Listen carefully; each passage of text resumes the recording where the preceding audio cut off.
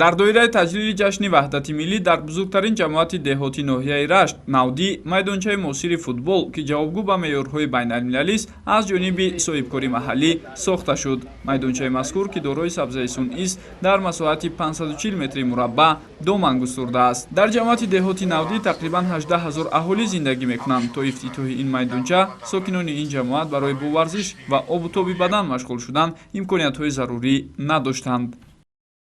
қаблан ин замини холие буд, ки бисёр дарахтҳои қоқшида рафта як сангзор ба як ҳисоб меравд. бо ҳамон даст ки шаҳрванд беҳад меҳнати бисёр шуд, ки дар муддати ҳамин 2 моҳ сохта ба истифода шуд. Дар ҳамин ҷамоати деҳоти мо аввалин майдончаи варзиши замонавӣ аст, ки ҳамаи хирсандию хушнудии тамоми ҷавонони ҷамоати деҳоти Навдӣ мебошад.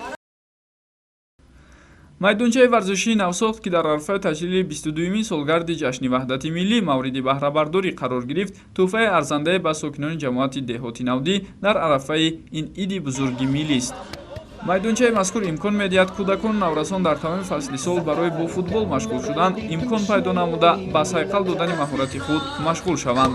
Инчунин барои бо машқу тамрин дар намудҳои дигари варзиш фаро гирифтани сокинони ин ҷамоат майдончаи мазкур имкониятҳои фароғ дорад.